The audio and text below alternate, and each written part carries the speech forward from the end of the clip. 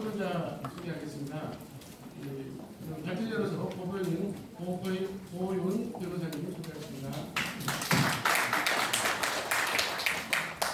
토론자로 전승하신 동국대 교수님이시고 전성사로 계신 박인환 교수님 소개하겠습니다. 윤병수 법무부 대통령 부모님께서 찾아오고 계십니다. 제 업무 교수님 소개하겠습니다. 이유로 교수님 소개하겠습니다. 정우주광장 변호사이시면서 전 국민권익위원회 하시는 박병호 교수님. 먼저 지금 여의도에 전운이 감돌고 있는 순간에 이렇게 꼭 필요한 시의적절한 토론회를 준비해 주신 우리 한국국회방지협회 법학회 회장님을 비롯한 관계자 여러분들께 감사드리고 또 자유한국당 저스티스 리그를 맡고 계시는 정명기 의장님을 비롯한 모든 위원님들께 감사드립니다. 사실은 지금 이제 여당에서는 내일이면 선거법을 부의할 수 있다 하면서 지금 전운을 짙게 들이우는 것은 물론이고 압박 수위를 높이고 있습니다. 또 다음 주 12월 3일이면 공수처법을 또 부의하겠다고 합니다. 그런데 이 모든 것이 불법이라는 것은 우리가 이미 잘 알고 있습니다. 이 패스트트랙의 전 과정은 불법 사보임부터 시작해서 정개특위 안은 선거법은 소위 8월에 한마디로 이 긴급안건 조정위원회에 저희가 통보했음에도 불구하고 그 90일을 보장하지 않고 날치기 투표를 한 것이, 그리고 또 사개특위는 불법 사보임부터 시작해서 지금 법사위로 회부된 것에 있어서 일자를 기산함에 있어서 실질적으로 12월 3일이라는 것은 어떠한 법률적 근거도 없는 것이라는 것을 이미 저희가 누차 말씀을 드렸습니다. 오늘은 이제 공수처법의 절차 위법성뿐만 아니라 공수처법에 있어서의 내용에 대해서도 말씀을 하시는 것이 들었습니다. 오늘 아침 저는 신문을 보면서 유재수 사건을 보면서 공수처가 이래서 저들에게는 필요하겠구나 하는 생각이 들었습니다. 저희가 유재수 사건을 문제 삼은 것은 작년에 김태우 특감반원의 양심 선언이 있을 때부터였습니다. 딱 1년 만에 지금 검찰에서 구속영장을 청구한다는 이야기가 나오고 있습니다. 만약에 공수처가 있었다면 유재수 사건은 영영 세상에 드러나지 않을 것입니다. 왜? 대통령 마음대로는 경찰청입니까? 왜 공수처를 꼭 하려고 할까요? 이 정권에서. 결국은 이 정권 퇴임 후가 두려운 것입니다. 공수처를 설치해서 그들의 죄, 그들의 부패, 그들의 비리를 뽕뽕 덮겠다는 것이 공수처입니다. 그러면 상대방에 대해서는 어떻게 하겠느냐? 없는 것도 만들겠다는 것이 공수처입니다. 그래서 친문 유죄, 반문 유죄다. 친문은 있는 죄 덮고 반문은 없는 죄 만드는 것이 공수처라는 것입니다. 오늘 많은 그 공수처의 위헌 위법성, 또 패스트트랙에 태운 것에 대한 불법성을 말씀해 주실 겁니다. 저는 이러한 우리 국회방지법 학회에서 주장하시는 이러한 문거를 많은 국민들께서 공감하시고 지금 황교안 당대표께서 단식 투쟁을 하고 계시니까 이 절대 해서는 안 되는 공수처법에 대해서 보다 많은 국민들께서 공감하셔서 저희가 국민의 힘으로 이러한 이 권력 장악을 위한 악법을 저지할 수 있는 그러한 계기가 될 수 있도록 해주실 것을 부탁드립니다. 다시 한번 신봉기 회장님을 비롯한 모든 오늘 토론자 여러분들께 감사드리고 오늘 좋은 의견이 많이 나오기를 기대해봅니다. 감사합니다.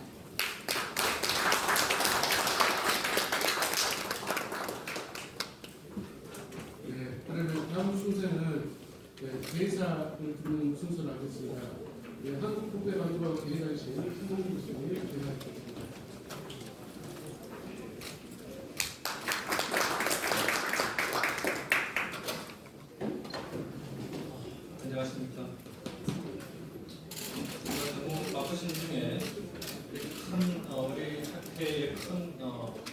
관심을 가져주셔서 감사합니다. 오늘 특별 세미나는 우리 한국 부패방지 법학회가 자유한국당의 후원으로 공동 개최되는 것인 점에서 먼저 자유한국당 황교안 대표님 그리고 나경원 원내대표님 또 우리가 공동 개최 주체인 저스티스 리그의 정용기 정책위 부장님 등 주요 당직자 여러분들께 깊이 감사의 말씀을 드립니다. 최근 우리는 대통령 탄핵 사태와 정권 교체를 거치면서 한 번도 경험해보지 못한 세상을 살아가고 있습니다. 과거의 부패를 척결한다며 여론을 포도한 결과는 국민들도 하여금 새로운 그 악에 경악하게 만들고 과거 보수 정권의 혹독한 비판을 가하면서 공정을 앞장서 외치던 때를 빛났던 그야말로 철저히 비도덕적이고 권력의 자유화에 앞장서서 경쟁적으로 불법적 재산 증식을 도모하고 있기도 합니다.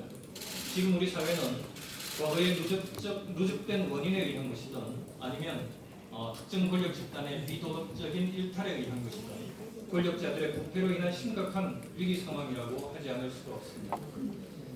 우리 한국부패방지법학회는 우리 사회에 만연한 부패의 사슬을 끊기 위해 뜻있는 전문가들이 마음을 모아서 출범한 학술단체입니다. 부패방지는 구호만으로 이루어지는 것이 아니라 부패방지 시스템의 제도화로 성과를 거둘 수 있습니다. 체계화된 부패방지 시스템을 뒤흔드는 것에 대해 우리 학회로서는 눈을 가리고 있을 수는 없었습니다. 부패는 공직과 공공영 그리고 민간 영역 곳곳에 내재되어 있는 우리 사회의 암적인 기능을 보여주고 있습니다. 이른바 진보는 적어도 공정하고 정의롭지 않느냐라고 하는 이런 등식은 이미 깨어지고 말았습니다. 오히려 오늘날 합리적 보수의 균형적 배분론이 더욱 지지를 얻고 있는 것도 이 때문이라고 생각합니다. 부패 방지는 시스템적 제도의 개혁을 요구한다고 하겠습니다. 그것을 정부에만 맡겨둘 수는 없습니다. 진정한 국민의 뜻과 우리 헌법의 이념에 따라 제도화되어야 할 것입니다.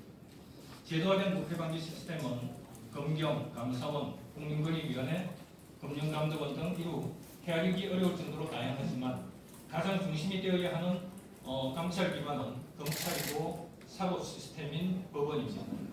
검찰과 법원의 공개 구성은 대통령을 포함한 권력자로부터의 독립에서 시작되어야 합니다. 권력을 지향하는 정치검사, 정치법관을 솎아내는 제도가 필요한 것이지 검찰과 법원의 조직과 구성원을 불신하고 그들을 통제하고 처벌하는 또 기존 조직을 무력화하는 새로운 제도를 도입하는 것은 대단히 위험하다고 봅니다. 권력자와 집권 여당이 합헌적 시스템에 대한 왜곡적 시각에서 자의적으로 불절된 제도를 도입하고자 한다면 그것은 쉽게 수용되기 어렵습니다. 더욱이 검찰과 법원에 대한 불만과 소신의 투자가 새로운 위헌적 시스템의 도입으로 진행된다면 그것은 더욱 심각한 상황이 될 것입니다. 지금의 공수처 도입을 추진하는 것이 이러한 위험한 시도가 아닌지 깊이 한번 반성할 필요가 있을 것입니다. 오늘의 특별 세미나는 이러한 문제인식에서 준비되고 추진된 것입니다. 현재 국회에서 제출되어 있는 몇 개의 공수처 법안만을 검토 대상으로 삼는 것에 한정하지 않고 현행의 부패방지 시스템과 별도로 근본적으로 과연 우리 헌법하에서 공수처 도입이 과연 필요한 것인지 그리고 이를 검증한다면 현행 법안들이 통상적인 입법 절차를 거침이 없이 신속처리 법안으로 묶어서 정략적으로 방향하는 것이 허용되는지 여부를 포함한 그 내용적 문제점까지도 전문가들에 의한 냉정한 진단을 받아야 할 필요가 있을 것입니다. 이런 이유로 오늘 대주제를 공수처법 추진에 위한 일보성 검토로 했고 또 발표 주제는 공수처법 도입 필요성 여부와 위헌성 검토로 했습니다.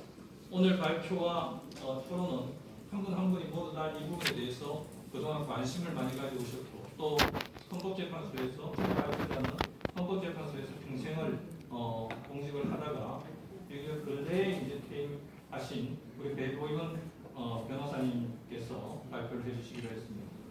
공수처법 추진의 위헌성 진단 결과 문제가 심각하다면 그 추진을 포기하거나 합헌적인 시스템으로 재설계되게 할 필요성이 있습니다. 앞으로 우리 학회는 이 문제에 대해서 관심을 가지고 계속 연구에 매진하고자 합니다. 감사합니다. 자유한국당 정책위원장이며 저스티스 리그 공동의 공장이신 정진기 의원으로 계속하겠습니다.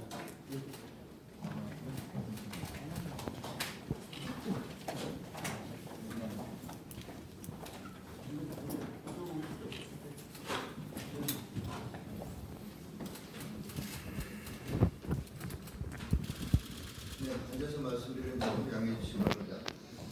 자유한국당 정책의장과 함께 당의 특별기구인 자유한국당 저스티스 리그의 공동의장을 맡고 있는 정용기 의원입니다. 오늘 정말 이 공수처법과 선거법이라고 하는 정치 파국 열차, 이게 우리 앞으로 지금 무섭게 다가오고 있는 이런 상황 속에서 아주 시적절하게 공수처 설치의 위헌성, 위법성을 다루는 특별 세미나를 개최하게 됐습니다. 이 특별 세미나를 개최해 주신 우리 한국부패방지법학회의 신봉기 회장님을 비롯한 우리 회원님들께 감사하는 말씀을 일단 먼저 드립니다. 오늘 이 행사를 저희가 저스티스 리그 차원에서 후원하고 함께 이렇게 행사를 개최하기로 한 것은 일단 이 공수처법, 선거법도 마찬가지입니다만 패스트트랙에 태워진 이 법이 형식적 절차적인 면에서 완전히 국회법을 무시한 불법, 무효인 이런 상태로 이 파국을 향해 달려가고 있는 이런 사실들을 명확하게 정리하고 국민들께 알려야 되겠다.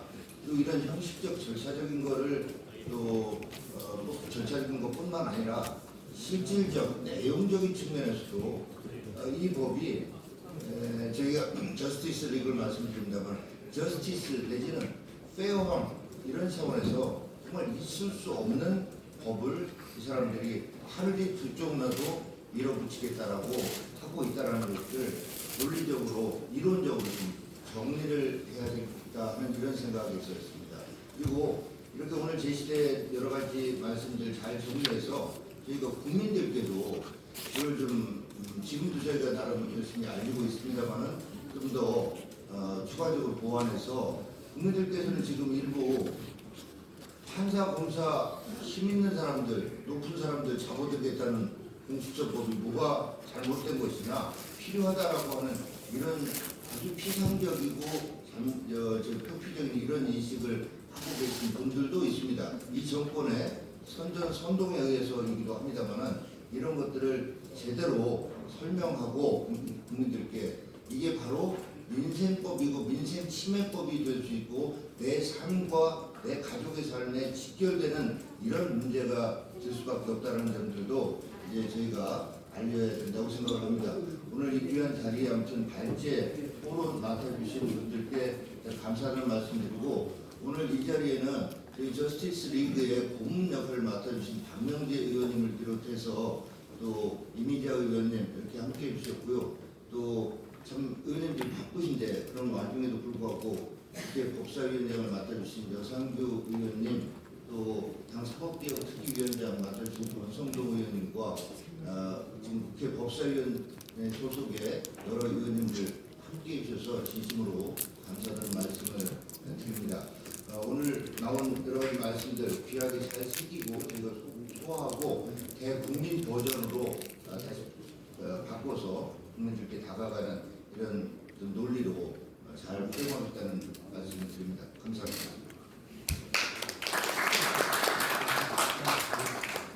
추가 축사에 앞서서 내일 소개가 되겠습니다. 사법부 동일수원 특위 정준석 의원님 모셨습니다. 원내 분들 중에 송원석 의원님 모셨습니다. 추가 축사를 구하겠습니다. 국회 법사위 원장이신 여상규 의원님과 축사하겠습니다. 예.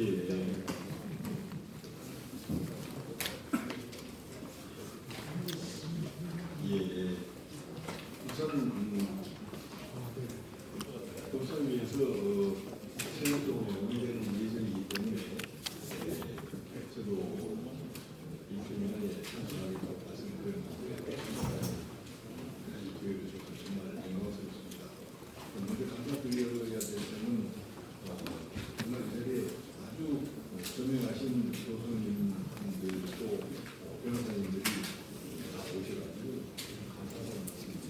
특히 우리 한국 부패방지법 학회 김봉기 교수님이 직접 이 세미나를 주관해 주신 감사드립니다.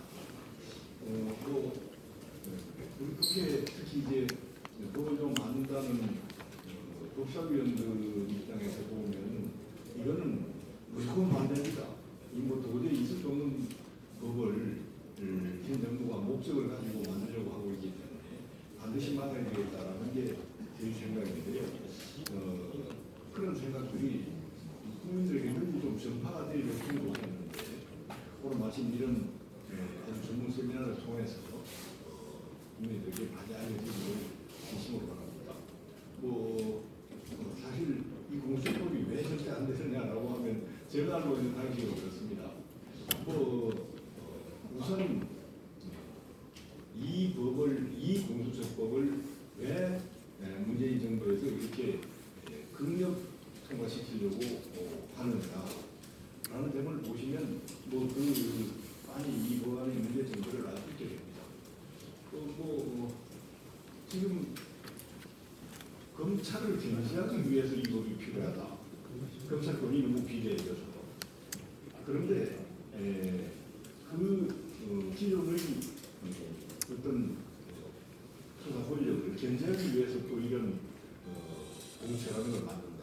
그럼 공수처가 비대해지면 어떻게 할 거냐? 최소한 옥상으로 만들어서 있는 이런 제도를 만드는 것 자체가 부당하다는 생각이 들고요. 그리고 검찰권은 비대해지는 것을 막기 위한 합리적인 방법은 당연히 검경 수사권 조정으로 가능합니다. 또 그 방향으로 지금 국회에 법이 마련되어 가지고 논의 중에 있고, 그래서 검찰 개혁 의지론으로 공수처법이 필요하다고 하는 문재인 정부나 민주당 주장은 완전히 꼼수다. 국민들이 거기에 절대 속아는 것은 안 된다는 그런 생각이 듭니다. 그리고 이 공수처가 우선 위헌성의 문제가 있는 것은요. 이게 검찰이라면 당연히 법무부 소관이 돼야 될 테고, 또 경찰이라면 해양부 소관이 돼야 될 테고, 그럴 텐데 이거 불명이에요. 대통령 직속으로 이렇게 되어 있는 것 같은데 이런 기관이 반드시 헌법적 근거가 있어야 됩니다. 근데 헌법적 근거가 전혀 없이 이런 아주 막강한 권한을 가진 공천을 준다고 하는 것 자체가 문제가 많고요. 그리고 또 하나, 이게 공수처 소속 검사들이라고 하지 않습니까? 공수처 소속 검사들을 두어서 25명이든 50명이든 이렇게 두어서 이 공수처를 운영하겠다라고 하는 것도 문제가 많은데요. 이 공수처 검사들은 우선 검찰청법상의 검사가 아닙니다.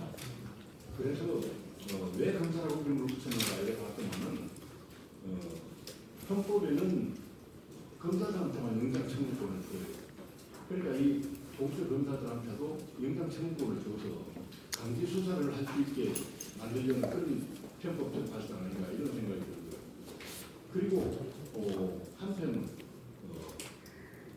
검사는 반드시 기소권이 있어야 됩니다. 공소 유지를 하는 게 검사 본연의 임무니까요. 수사권은 경찰도 가지고 있잖아요. 그런데 이 판사, 검사, 고위 경찰 이 수사 대상을 제외하고는 이 공수처 검사들을 하더라도 수사권만 있어요. 기소권이 없습니다. 그러면 기소권이 없는 이런 사람을 검사할 수 있느냐? 이건 경찰이에요. 그러니까 이 엉망이죠.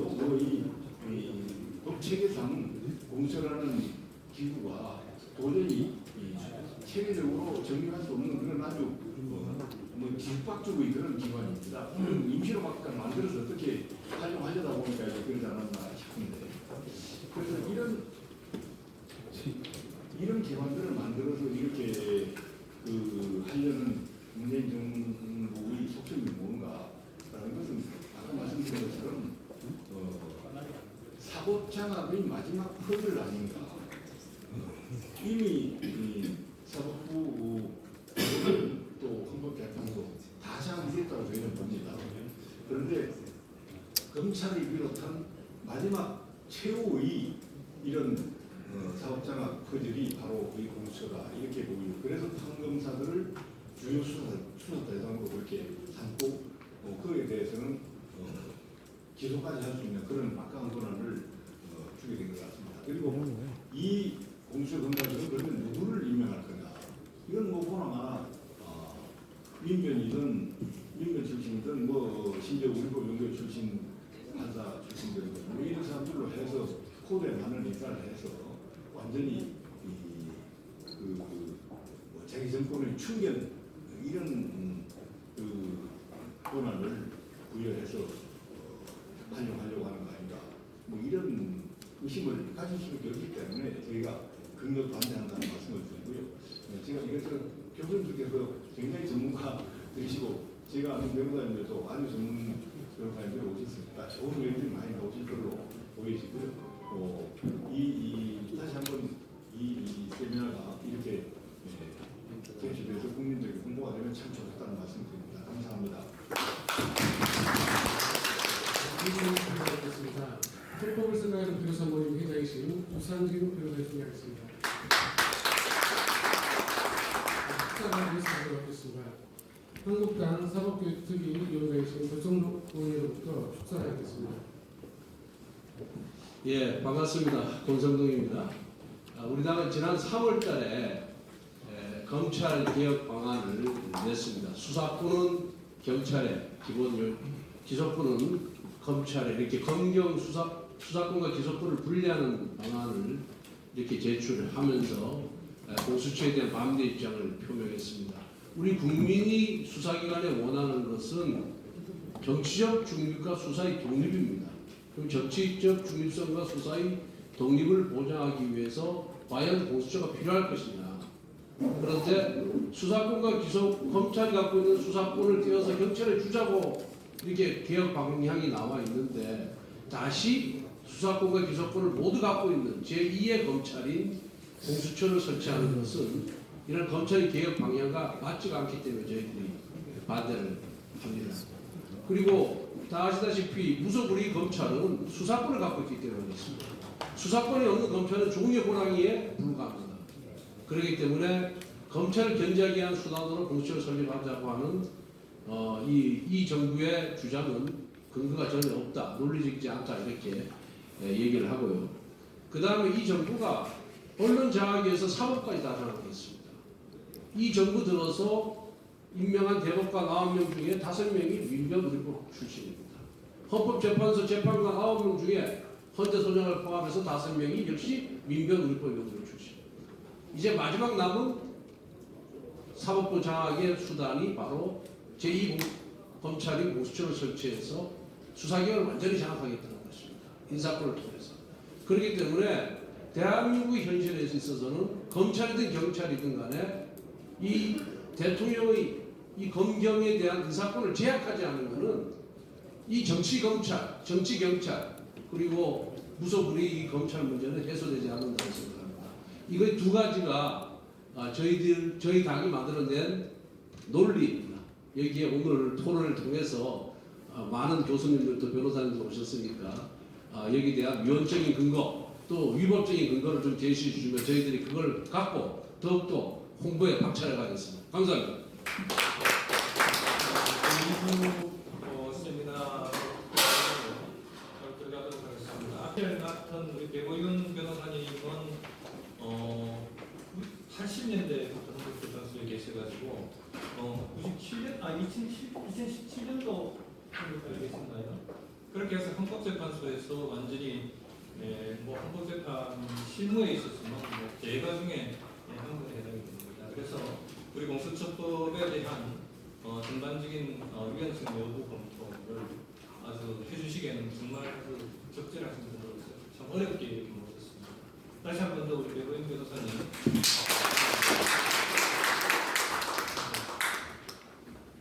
그리고 우리 순서대로 아까 프로그램 순서대로 다시 한 번 더 우리 토론자 소개드리겠습니다. 우리 박인환 교수님, 건국대학교에 계시고 검사 진행하시다가 이렇게 나오셨습니다.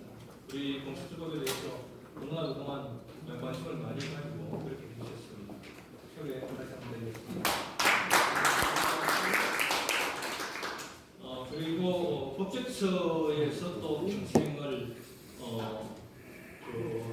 몸을 담아 계시다가 근래에 다시 나와서 지금 법무부 태평양에 고문으로 계시는 임명수 고문님 소개드리겠습니다.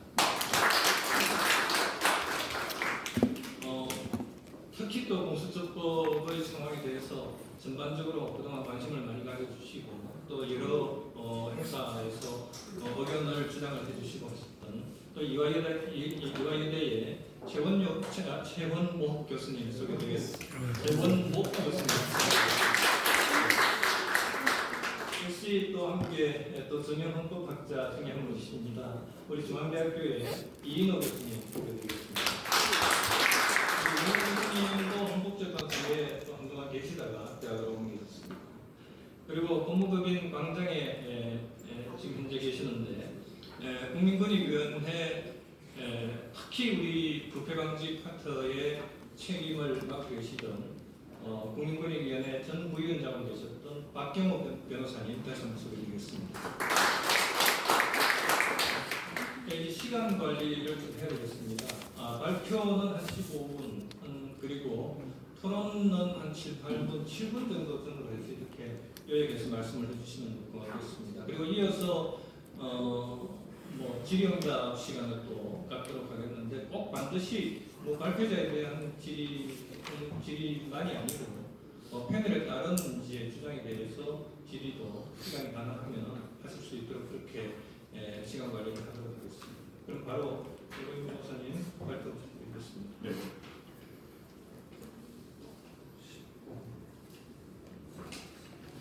네, 바로 발표 시간이 여의치 않아서 바로 본문으로 언론으로 시작하겠습니다.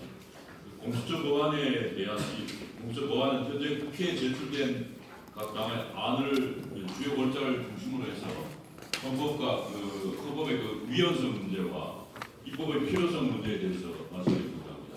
먼저 위헌성 문제에 대해서 먼저 말씀드리면 우선 공수처 법안은 헌법기관 검사를 배제하고 수사 기소 권한을 행사하는 수사기관을 신설하는 겁니다.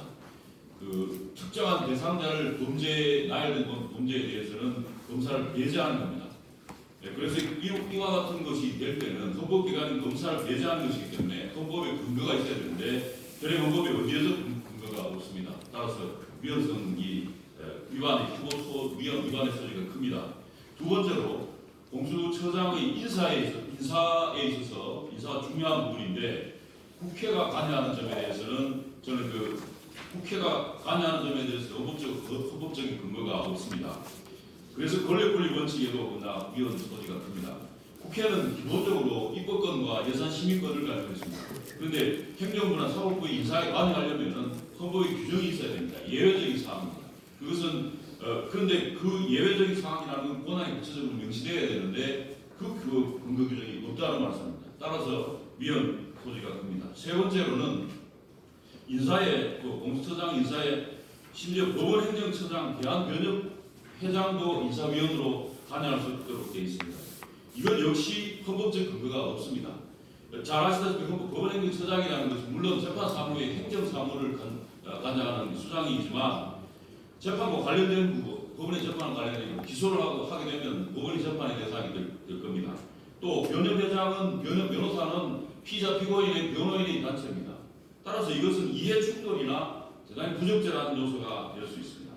또 국회의원도 수사 대상이 될 수 있는데 그런데 이와 같은 구성한 인사위원이 과연 정치적 중립성, 독립성을 확보할 수 있는 적절한 수단이 될 수 있는지도 의문이 듭니다.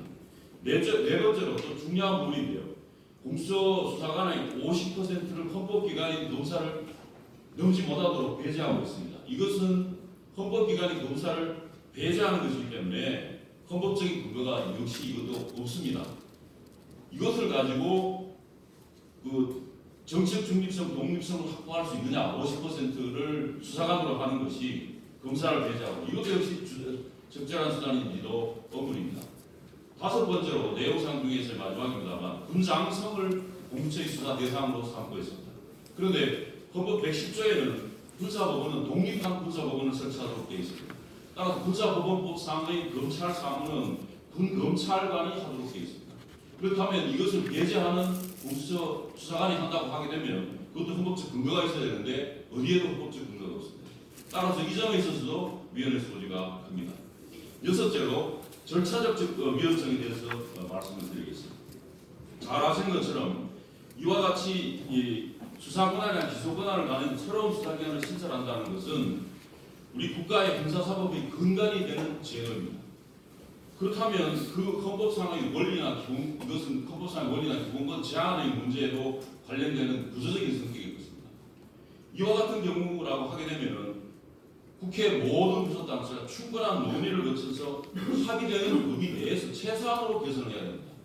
이게 핵심적인 것인데 과연 그렇다면 심사 절차를 충분히 거쳤느냐 그 부분에 대해서는 더 잘 아실 겁니다. 실제로 지금 패스트트랙이라는 이름으로 기간만 지나는 경우에 지금 상대 회복하려고 하는 지금 시도가 있다고 언론 보도에 있습니다. 이와 같은 이 공수처 법안과 같이 이 같은 선상에서 지금 선거법도 같이 두 가지를 연계해서 지금 그 패스트트랙에 상정하자고 하는 시도가 있습니다. 그런데 지금 선거법에 언론에 보도되는 선거법의 내용을 보면 사실은 독일에서 특이한 제도인데 연동형이라는 것은 비례대표제는 내각제에 친한 제도입니다. 대통령제의 과연 이게 마땅한가라는 부분이 특히 문제가 있고 또 독일의 제도를 그대로 받아들이지 않고 수정해서 받아들이고 있는데 만약 현재 제도로 한다고 하면 이건 위헌성을 면할 수가 없습니다. 왜냐하면 그 비례대표 지역구하고 비례대표하고 별도로 투보트를 하고 있는데 정당투표에 비례대표 정당투표 이걸 가지고 기준으로 전부 같이 합니다. 이것은 근본적으로 위헌성이 아주 면할 수가 없습니다. 이 고정 작업을 해야 되는데 독일의 경우에는 비례 원칙에 투표 가치 평등성을 맞게 고정 작업합니다. 의원수가 자연적으로 늘어나게 됩니다. 그런데 의원수를 중지하고 한다는 것은 그 심각한 위헌입니다. 이 자체로 위헌입니다. 그것들을 같이 연계해서 한다는 것은 심각한 절차적 문제가 있다는 말씀을 추가로 드립니다. 국회 선진화법은 잘 아시다시피 그 과거에 이제 나치기 통과라는 입법 절차의 모순 때문에 헌재에서 위헌 결정을 한 바 있습니다. 그 입법 절차에 대해서 충분한 심의 절차를 거치지 않고 그 반선적 고려로 국회 선진화법을 만들어서 의결 정족수 과반수 이상이 되는 퇴보할 정도 심의를 위한 퇴보 정족수를 5분의 3으로 해서 선진화법을 만들었습니다. 그 선진화법에 대해서 헌재에 대해서 권한적인 심판이 들었는데 헌재는 그 의결 정족수를 과반수를 넘는 것이지만 그것은 심의 절차에 관한 정족수를 많이 둔 것은 심의 절차를 충분히 가져가라는 취지를 받아들여서 합헌 결정한 겁니다.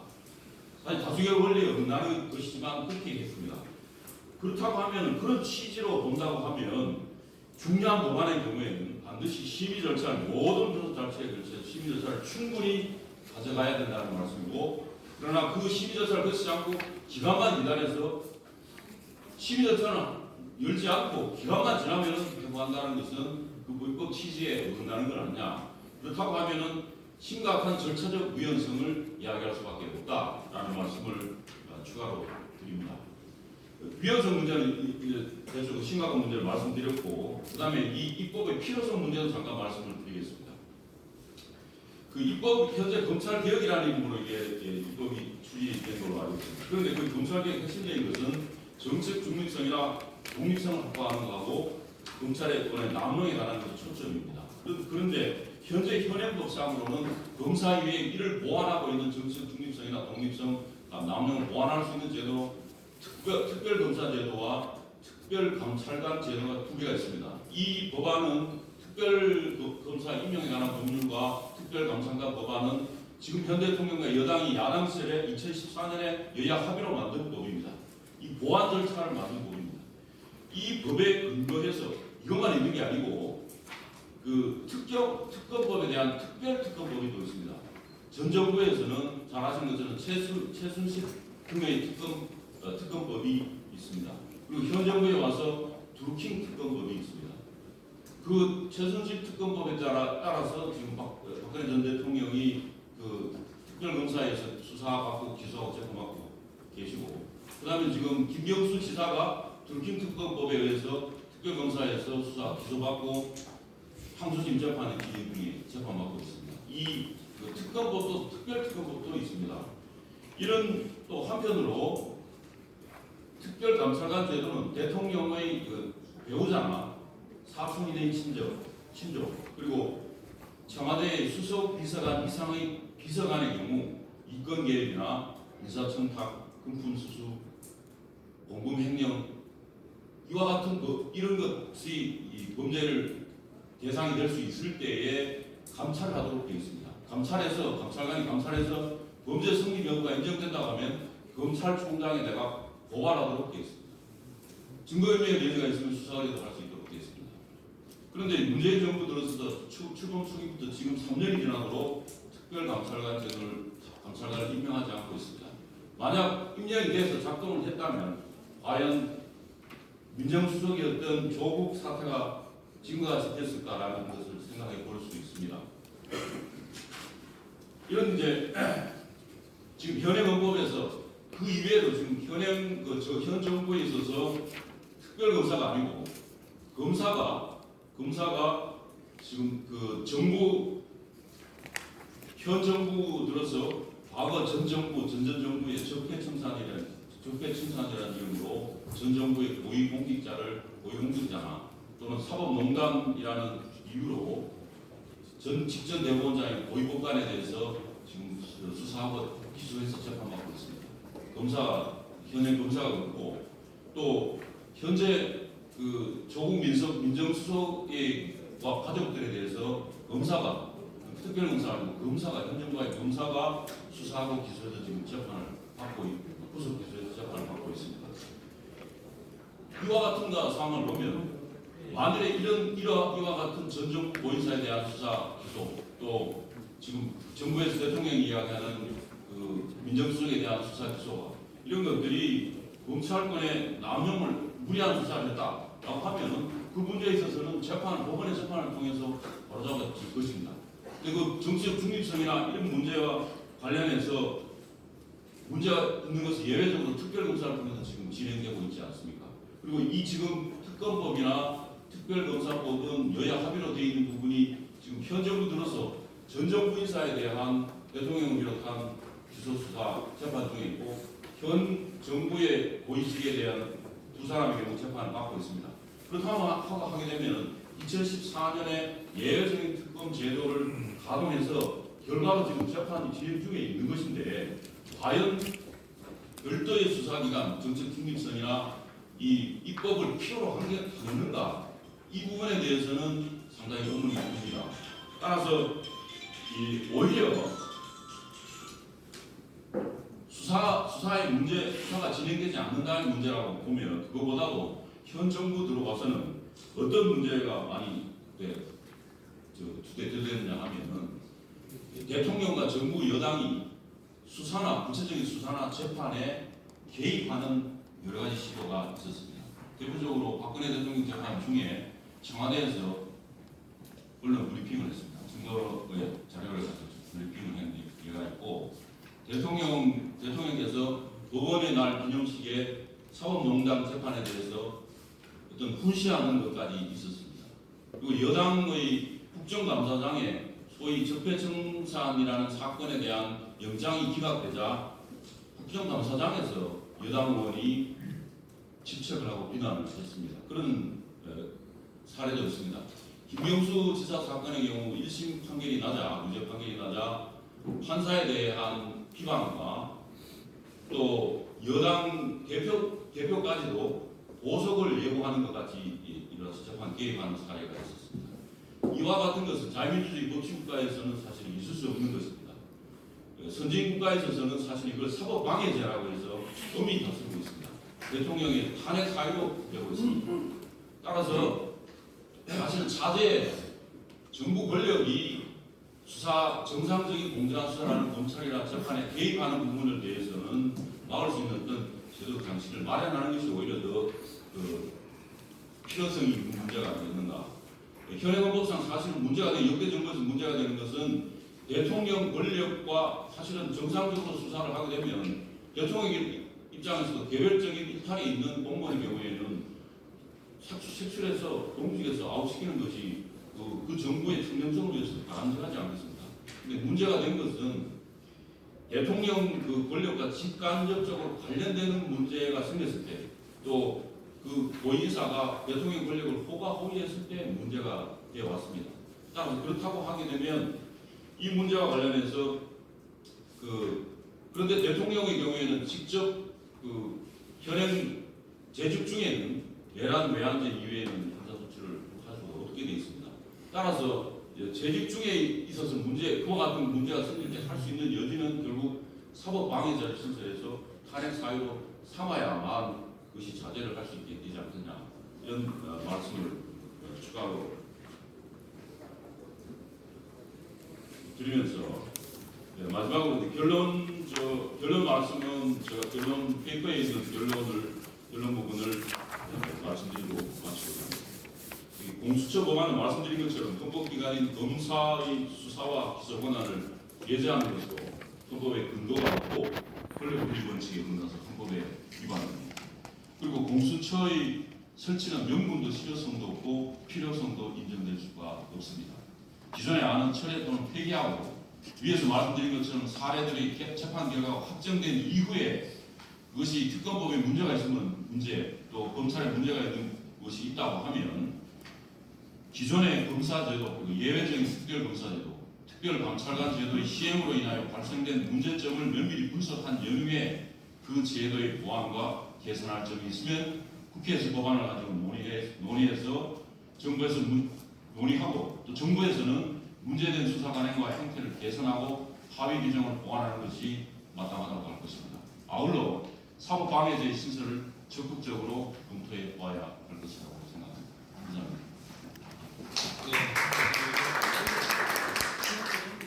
우리 박 부장께서는 현행 공수처 법안의 여러 가지 실체적 또 절차적 위헌성 문제, 그리고 또 그 입법 필요성과 관련해서도 현행 제도 그런데 어렵게 마련된 그 특별검사 특검 제도와 특별감찰관 제도 어떤 것 같은 이런 제도가 잘 운영이 된다면 이와 같은 문제점에 대해서 충분히 해결이 가능한데 추가적으로 더 새로운 그런 옥상호 제도가 필요하냐라고 하는 부분에 대해서 의문을 제기하시면서 또 그와 어울러 사법방해죄에서 이걸 적극적으로 제안해 주셨습니다. 우리 프로그램 순서대로 제일 먼저 박인환 교수님께서 프로그램을 해주시겠고 부탁드리겠습니다. 방금 소개받은 박인환입니다. 우리 주제 발표하신 배변호사님께서 상세히 발표하셨습니다만 저는 이제 그 보충하는 의미에서 우리 공수처법에 대해서 갑자기 들고 나오니까 우리 국민들이 잘 몰라서 그렇습니다. 이 공수처법의 역사는 20년이 넘습니다. 거의 96년도 거의 25년 전에 이게 우리 좌파들이 끈질긴 걸 국민들이 제대로 알아야 됩니다. 마치 국가보안법 철폐와 마찬가지로 공수법 설치 역사 참여연대 출범 초기에 참여연대의 가장 필수적인 과업 중에 하나였습니다. 96년도 그때 특검을 들고 나오면서 그때 그야말로 듣보잡이라고 할 만한 홍콩의 연정공소, 그 당시 유행했던 포청천이라는 TV 드라마입니다. 홍콩의 연정공소, 싱가포르의 탐호조사국 같은 그야말로 도시국가적인 검찰 제도가 발달하지 않은 중국 계통의 도시국가적인 소국가에서 하던 제도를 저는 그래서 듣보잡이라고 합니다. 그런데 워낙 많이 하니까 국민들한테 잃어버렸지만 그 당시 또 세계적으로 나온 기구가 국제투명성 기구라는 TI, Transparency International이라는 TI에서 해마다 CPI 지수를 관리하는 게 그때 초기였습니다. 그 당시 초기에는 TI도 수는 엉터리 기관이었죠. 지금은 20년이 넘으니까 해마다 한 번씩 각 국가 리스트업을 해서 부패 인식 지수를 발표를 하면 우리 정부가 그때 한 번쯤 또 바짝 긴장 쓰고 하는 그 시기에 딱 맞추어서 낸 그 사건입니다. 그 법안입니다. 그래서 우여곡절을 겪으면서 자세한 것은 15페이지 이하 제가 쭉 적었습니다. 우리 아까 좌파 정권의 그런 끈질김에 비해서 우리 보수 정권은 마치 살라미 전술에 대응하듯이 하나하나씩 팔을 잘라줍니다. 우리 전래 동화에 보면 나오듯이 팔 하나 주면 안 잡아먹지, 또 팔 하나 주면 안 잡아먹지 하면서 그 과정을 제가 쭉 적었습니다. 그래서 처음에 특검법을 도입해 줬습니다. 그리고 그 다음에 염정공서 같은 단독제 기관보다는 합의제 기관이 좋겠다고 해서 드디어 부패방지위원회 엔티커럽션 커미티라고 부패방지위원회를 해줬습니다. 그게 바로 염정공서입니다. 다만 그때 당시는 여러분도 다시 기억해 보면 그 당시 참여연대는 수사권이 아니라 부방위에, 여기 부방위 사장 출신 분도 계시지만 부방위에 조사권을 줄 것인가 안 줄 것인가 그게 쟁점이었습니다. 부방위 조사권. 그때 사실 또 우리 보수 정권 하에서는 김영삼 아니 그때는 또 도입할 때는 김대중 정부였는데 조사권까지는 막 극구 또 반대를 했어요. 그 바람에 조사권이 없는 기형적인 부패방지위원회가 합의제로 설치가 되었습니다. 그러다가 그걸로 끝이지 않죠. 여기 적은 것처럼 15, 16, 17대, 18, 지금 20대, 내년 21대 오는 데까지 계속 참여연대하고 여기서는 그 다음에 또 왼팔 내노라 하는 그런 식으로 쭉 해와서 드디어 박근혜 정부에 들어가서는 가장 최근에는 특별검사제도 그전에는 임시로 필요할 때마다 특검이 있었는데 상설 특검으로 하자 해서 그러면 상설 특검을 해놓고 사건 없으면 놀면서 공무원들이 먹고 살 수가 없잖아요. 그래서 박근혜 정부 때 상설 특검을 받아들이되 제도 특검이라고 해서 제도만 따로 특별법을 안 만들더라도 특검을 두고 필요할 때가 생기면 국회 의결로서 특검만 임명을 해서 그때 사건 처리를 하는 걸로 양보를 했습니다. 그 다음에 가장 중요한 양보가 여기 나옵니다만 특별감찰관 제도를 도입해서 청와대 고위 인사 대통령 측근 그 특별감찰관 초대 특별감찰관이 그 유명한 이석수 감찰관. 그때 이석수 감찰관은 국회에서 거의 야당 위주로 해서 그 당시 민주당 위주로 해서 추천을 하고 그 다음에 박근혜 대통령이 임명을 했는데 이석수 감찰관이 감찰 행동을 하면서 결국 박근혜 정부 말기에 국정 소위 저들이 말하는 국정농단 사건의 빌미가 서서히 좌파들한테 누적되기 시작했죠. 그 당시 박근혜 대통령 동생 문제 또 우병우 문제 이렇게 해서 그래서 또 사이가 안 좋게 이석수 감찰관이 그만둔 기억이 납니다. 어쨌든 이렇게 갖춰놓고도 조국이 와서 느닷없이 또 공수처를 또 끄집어냅니다. 그런데 아까 홍콩 염정공소나 싱가포르 국가에는 특검 제도도 없고 감찰관 제도도 없고 부패방지위원회도 없습니다. 그야말로 염정공소 하나밖에 없는 우리는 다 갖춰놓고 이제 드디어 몸통 손 잘라먹고 다리 잘라먹고 마지막에 이제 몸통 공수처 설치해라. 그것도 조사뿐만이 아니라 플러스해서 제2의 검찰이나 마찬가지 무소불위라고 저희들 주장하는 느닷없이 입법 제한 이유서 보면 염정공소와 탐과 탐호조사국을 권은희 의원 대대는 의원이 드러내놓고 거기에는 염정공소에도 수사권 없습니다. 느닷없이 수사권 플러스 공소 제기권 기소권까지 덧붙여서 정말 지독한 사람들입니다. 그래서 법안을 내놓고 자 그러면 이 법안이 정부법안 정부조직법을 고치는 거고 또 하나 준사법기관을 설치하는 아까 위원장 쭉 이야기했습니다만 최소한 정부안이 있느냐 여러분도 아시지만 정부안이 역대 정부에서 한 번도 없었습니다.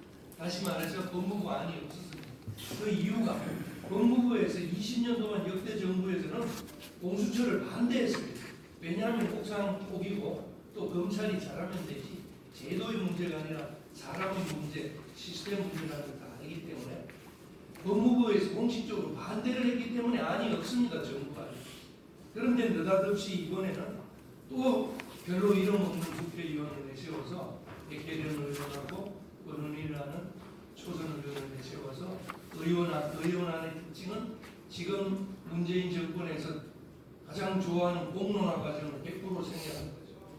다시 말해서 공청회도 없고 다른 쭉 말씀하시는 것처럼 검토 과정도 없이 그냥 의원안으로 일단 내서 패스트트랙에 올려서 이제 와서 협의를 하자니까 우리 황교안 대표가 이 운동설안에 목숨을 걸고 저렇게 하고 있습니다. 뭐 자꾸 수정할 겨를이 있습니다. 그냥 패스트트랙에 올리고만 됩니다. 그래서 저는 이런 과정을 우선 국민들이 알으시고 우리 부패 시스템적으로 우리 회장님께서 사회에서 회장님께서 부패 방지는 시스템으로 접근해야 된다는데 제가 조사해 보니까 전 세계 어느 선진국 자유민주 국가 치고도 우리나라처럼 부패 방지 시스템이 거의 완벽하게 갖춰진 나라는 없습니다. 뭐 시간 관계상 다 들 수는 없습니다만 금융실명제, 부동산 실명제 이유로 그 다음에 실거래 신고제, 실명제가 도입되고 나서는 부동산 등기부 등본에 가격까지 실거래 가격이 적게 되어 있고 거기다가 FIU라고 금융정보분석원 1,000만 원 내지 2,000만 원 등등거래는 금융정보분석원에 바로 즉시 이첩이 됩니다. 그러면 거기서 자금 출처, 자금 언입 방지 제도까지 있죠. 거기다 공직자윤리법이 도입에 대해서 국회의원님들이나 고위공직자를 포함해서 재산 등록, 재산 공개제까지 해마다 비교까지 이게 완벽하게 지금 제도적인 시스템적으로 다 갖춰져 있는데 그야말로 느닷없이 공수처법은 저는 조국이가 그러면 안이라도 하나 만들어 놓고 던져놓고 가든지 사실 그렇습니다. 마지막 페이지 중 제가 해외 사례를 적어놓은 26페이지에 해외 부패 전담 수사 사례 아시아권에 집중되어 있습니다. 마지막에 보면 다 기소권은 없습니다. 염전공수나 탐호조사국도 그렇고 제일 마지막에 비고를 보죠. 홍콩 염전공수가 74년도에 설립이 되고 규모가 한 1200명입니다. 이 파킨슨의 법칙이라고 해서 행정조직을 한번 만들어지면 절대로 축소하지 않습니다. 늘어나거나 인구가 늘어나고 예산을 쓰면 쓰지. 마지막에 보세요. 뇌물로 기소된 공무원은 평균 3.4건입니다. 공무원 3명 정도 잡아넣기 위해서 1200명이 이렇게 막대한 예산을 쓰면서 이 짓을 하고 있는데 이거 폐지가 됩니다. 그럼 우리나라도 고위공직자는 맨날 나쁜 짓 하지 않고 어느 정도 깨끗해지면 공수처 폐지할 겁니다. 결국 폐지 안 하면 공무원 뒷조사를 해서 홍콩 염전공수 사례를 들었습니다. 도청하고 실적이 없으니까 국회에 국정감사에 보고해야 되잖아요. 왜 너 세금밖에 못했냐. 이러니까 이제 도청하고 비밀 따라다니고 고위공작 괴롭히고 이러니까 사찰 기반화하는 겁니다. 그래서 게슈타포라는 말이 나오고 북한 고위부 또는 저기 중공의 공안부라는 표현을 그래서 쓰는 겁니다. 사찰. 왜냐하면 고위공직자가 맨날 politici를 수는 없잖아요. 자, 그럼 마지막 교과적인 대안 바로 세 가지입니다. 제가 쭉 말씀드린 그런 제도가 완벽하게 갖춰져 있으니까 그걸로 쓰라. 아니면 그 제도를 다 없애고 공수처를 만들어라. 그 다음 홍콩 염전공수 모델, 염전공수는 우리 국방이 지금 국민권익위원회입니다. 이건 부패 방지에 대한 전반적인 걸 아우르는 기관입니다. 예방, 교육, 공보, 관계기관 협의. 그러면은 권익위원회에서 국방위를 떼내어서 그럼 그걸 강화하면서 조사권을 주면 충분히 염전공수 역할을 할 수 있다. 그 다음에 정말 마지막으로 그냥 우리 한국당에서도 그냥 반대하지 말고 제안을 해도 거절하기 어려운 제안을 하자. 다시 말해서 아까 이야기했습니다만 최순실 특검법을 자세히 보면 박영수 특검이 어떻게 임명되느냐. 민주당에서 국회에서 2명을 추천합니다. 한국당에서 추천 안 했어요. 왜냐하면 민주적 통제, 우리 공수처나 특검을 두는 이유는 현재 집권층, 권력 핵심의 부패를 방지하기 위한 거지 야당을 단합한 기구가 아닌 게 명분이잖아요. 그러려면 야당한테 100% 추천권을 주라. 이렇게 해서 최순실 당시에 박영수 특검을 박근혜 대통령이 추천한 게 아니라 또는 한국당이 추천한 게 아니라 2명을 민주당에서 추천했습니다. 소위 민주적 통제라는 게. 그래서 정 공수처를 도입을 하려면은 공수처장 후보자 2명을 한국당에서 추천하도록 하면 그대로 공을 돌려주는 거죠. 민주당이 받을 수 있을 건지. 그래서 한국당이 마지막으로는 그 카드를 쓰는 것이 어떤가 그런 제안을 지금 당에서 마칩니다. 네, 감사합니다. 오늘 제가 코멘트 할 필요 없이 잘 요약해서 해주셨습니다. 특히 우리 지금 공수처도관을 제안하면서 홍콩의 영정공서 그리고 싱가포르 탐호도 자국을 예로 들고 이렇게 하는데 우리 자체가 사실 우리나라의 국민권익위원회 안에 부패방지 시스템, 그다음에 또 현행 그 국민권익위원회 안에서 부패방지 국파트가 또 국가청렴위원회로 바꾸는 이런 논의를 하면서도 사실은 탐호도 자국 이런 얘기를 계속 그 근거로 다루면서 하고 있거든요. 그런 것들 보면은 실제 이미 공수처라고 하는 것 자체가 현행 제도 시스템 안에서도 상당 부분 녹여져 있지 않느냐라고 하는 것을 생각을 할 수 있을 것 같습니다. 그리고 공수처장 임명 방식에 있어서 마지막에 야당에서 동영 추천하는 이런 방식도 좀 의미 있는 것이 아닌가라고 하는 생각이 듭니다. 다음으로 우리 임병수 고문님 그런 부탁드리겠습니다. 시간 관리를 부탁드리겠습니다. 5분 정도 목표를 해서 살짝 넘기는 게 늦을 것 같습니다. 40분쯤 끝날 수 있도록 하겠습니다.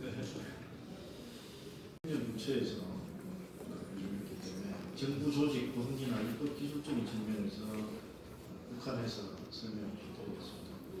우리가 이렇게 논의하는 것이 국민들에게 알려졌을 때 국민들에게 경종을 울릴 수 있어야 되거든요.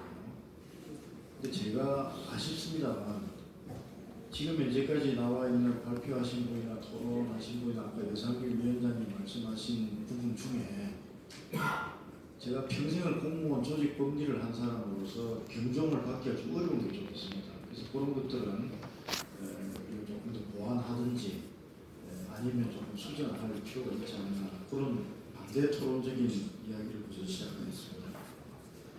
우선 첫 번째 아까 여상규 위원장님께서 입법사위에서 지금 공수처가 어디 소속이 없다. 그 소속 벌써 수사기관을 만들려면 무슨 헌법에다가 근거를 두고 해야지. 이렇게 만들어서는 안 된다. 우리 헌법 체계에서 도저히 수용할 수 없다 이런 말씀하셨고 또 자료들을 좋은 발표 다 제가 또 공감합니다만 이 공수처가 입법행정 사법 중 어디에도 속하지 않는 이런 기구를 만들면 위헌적인 발상이다 이런 말씀도 있습니다. 저는 우리 토론자 말씀하신 공수처가 입법행정 사법 중 어디에도 속하지 않는 기관이라면 저라도 의사당 본관 앞에 가서 데모하겠습니다. 1인 시위. 왜냐하면 이게 입법행정 사법부 어디에도 속하지 않는 기관이 아닙니다. 그렇기 때문에 이게 왜냐하면 80년대의 방송위원회, 지금 방송통신위원회하고 그리고 아까 말씀하신 인권위원회 같은 때 이게 논의가 됐단 말입니다. 그래서 인권위원회 같은 것이 행정 무슨 장관 소속하다 이런 말은 없지만 행정부에 소속된 기관이다 이렇게 정리해서 하고 있습니다. 그래서 이런 논의를 계속하면 인권위원회는 위헌이다 이런 얘기가 나오거든요. 그래서 이래가지고는 실무자들에게 경종을 울리기에는 좀 약해서 이 부분은 좀 참고적인 이야기를 좀 하고 말면 좋겠고요. 그 다음에 수사기관을 만드는데 이게 헌법의 근거를 두고 해야 된다. 국가정보원도 헌법의 근거를 안 두고 만들어 놨습니다. 우리 구국지 민정사 때문에 그렇겠지만 이게 더 헌법재판소에서 합헌 결정을 했습니다. 물론 그 당시 헌법재판소가 뭐 잘못된 결정을 했다라고 말씀하시면 저는 할 말은 없습니다. 그래서 저는 취지에는 다 공감하지만 이 정부 조직 법리상 이런 걸 만드는 게 헌법의 근거를 둬야 됩니다. 또 하나 말씀드리자면 지금 현재 검사를 이 조직이 검찰이 헌법기관이다. 그 저는 정부 조직 법리상 그것도 납득하기가 조금 죄송하면 어렵습니다. 우리 헌법을 만드신 유진호 박사님께서 재헌헌법에 검사라는 말을 한 자도 안 썼거든요. 모든 국민들이 1948년도에 체포 압수수색을 당할 때는 법관이 발부한 영장을 받아야 된다. 이렇게 되어 있습니다. 영장주의입니다. 그러다가 사무모하국 때 헌법을 고쳐가지고 거기다 검찰관의 신청에 따라서 법관이 발부한다. 이게 제초입니다. 그래서 그때부터 이제 검사라는 말이 헌법에 올라가다 보니까 경찰도 꼼짝을 못한 거예요. 그런 법령 연역적인 측면에서도 있기 때문에 우리가 국민들에게 경종을 좀 울리려면 그런 부분에 대한 좀 보완적인 필요하겠다 하는 말씀을 드리고, 그러나 저는 다른 위원님들 말씀하시는데 마지막으로 공감하는 것은 저는 그렇습니다. 지금 이 공수처가 만약에 만들어지면 민주적 통제가 어렵습니다. 그래서 저는 처음부터 민주적 통제 방안을 만들어라 그랬습니다. 마땅한 권한을 가진 정부가 만들어집니다. 아까 조동자께서 홍콩에서 3.3명 기소했다고 그런 말씀 처음 들었는데 그것은 진짜 충격적인 일이거든요. 그렇게 어마어마한 걸 만들어가지고 계속 조사를 하면서 실적도 모자라고 이러면 저는 처음부터 의원님들이나 의원실에서 누가 물어보시면 제가 그랬습니다. 국회 한국당이 할 일이 있다느냐. 여기에 대한 국회에서 민주적 통제를 제대로 해야 돼요. 예전에 국정원을 없애려고 막 할 때 여야 상당히 이걸 살려준 이유가 뭐냐면 국회 정보위원회를 만들었어요. 국정원을 안기부를 없애려고 했는데 안기부를 없애지 않고 그대로 기능을 좀 축소해 주되 국회 내에 정보위원회를 만들어서 여기에서 비공개 회의를 해서 민주적 통제를 한다. 이런 것들이 만들어지면서 넘어갔거든요. 이번 우리 공수처도 어떤 민주적 어떤 통제를 위한 전문가님들의 또 아이디어가 많이 좀 필요하다. 그리고 이게 너무 급하게 하다 보니까 제대로 심의가 제대로 안 돼가지고 다른 법 고칠 게 많습니다. 이런 거 없이 그냥 일단 통과시켜놓고 나중에 고치겠다는 건데 이런 것은 의뢰 대통령 하는데도 보기 좋지 않다는 법을 만드는데 정리를 해가면서 그러고 있다 하는 말씀 드리고 그렇게 마치겠습니다.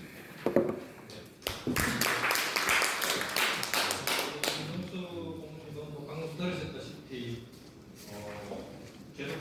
도입 그 자체로서는 위헌성까지는 이르지 않는다라고 하는 문제하에서 현행 제도가 도입됐을 때 민주적 국회에 의한 민주적 통제 절차 관련 법이 함께 수반이 돼서 해야 됩니다.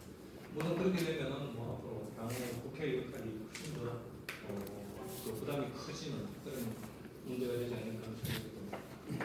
어쨌든 오늘의 이 발표 토론자들께서 꼭 위헌 일색의 그 발표 토론이 나오는 것은 아닌 자리다라고 하는 점을 유의를 좀 해주시면 고맙겠습니다.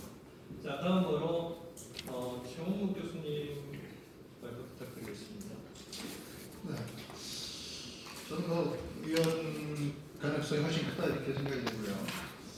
헌법 개정을 통해서 공수처를 헌법 기관으로 설치하지 않는 한 그 문제는 해결되지 않는다 이렇게 생각이 됩니다. 국무위원도 아닌 공수처장이 법무부 장관 밑에 있는 법무장관 국무위원 아닙니까? 검찰총장보다 우월적인 지위에서 이렇게 수사를 이첩해라 이걸 강제할 수 있거든요. 결국 그 다른 기관이 수사하는 것을 공수처장이 강제로 이첩받을 수 있는 명령을 내릴 수 있는 그 기관이 헌법상의 근거가 없는데 검찰은 국무위원이 법무장관의 그 일반적인 지휘하에 있기 때문에 공수처장이 그런 권한을 누리려면 최소 헌법기관은 돼야 된다. 그렇게 봐야 되는 것 같고요. 그 예산을 또 배정받아야 되는데 공수처도 예산을 배정받아야 될 거 아닙니까? 그러면은 독립기관이라든지 헌법에 있는 기관이라든지 이런 거는 자연적으로 헌법에 있으니까 예산을 받을 근거가 있는 거고 중앙관사라든지 정부조직법상에 또는 받을 수 있는 거고, 또는 그 밖의 법률에 따라 설치된 중앙행정기관, 국가정보원이라든지 이런 경우는 받을 수가 있는데, 현재도 그 밖의 법률에 따라 설치된 그 기관이 거기 그 35페이지에 제가 나열해 놓은 그런 기관들이 있습니다. 한 9개 정도가 있는데, 뭐 예를 들면 행정부시 복합도시건설청 뭐 이런 경우는 그 소관이 분명합니다. 국토교통부 산하로 딱 돼 있어서 그 법처리가 딱 명확하게 돼 있고, 근데 그런 행정청 이외에 독립적인 기관으로 국가재정법상 예산을 받을 수 있는 기관들은 예외 없이 전부 위원회로 되어 있습니다. 위원회로 되어 있기 때문에 그 자체적인 그 견제와 균형이 가능한 거죠. 어떤 처장이 단독으로 이렇게 결정하는 게 아니고 위원회 합의 의사로 그걸 결정하게 돼 있어서, 그렇게 독립적이고 예산도 받고 그러면 얼마나 그 남용될 수가 있겠습니까? 그래서 단독으로 결정하지 말고 위원들이 전부 독립적으로 판단해서 그거를 심의를 해라. 그렇게 한 경우만 그게 어떤 예산을 받을 권리가 있다고 저는 생각이 되기 때문에, 어떤 소관기관도 불분명하고 위원회도 아닌 그런 기관을, 막강한 권력을 누리는 기관을 예산을 배정해 주는 것은 헌법 정신에도 맞지 않는다, 이렇게 생각이 듭니다.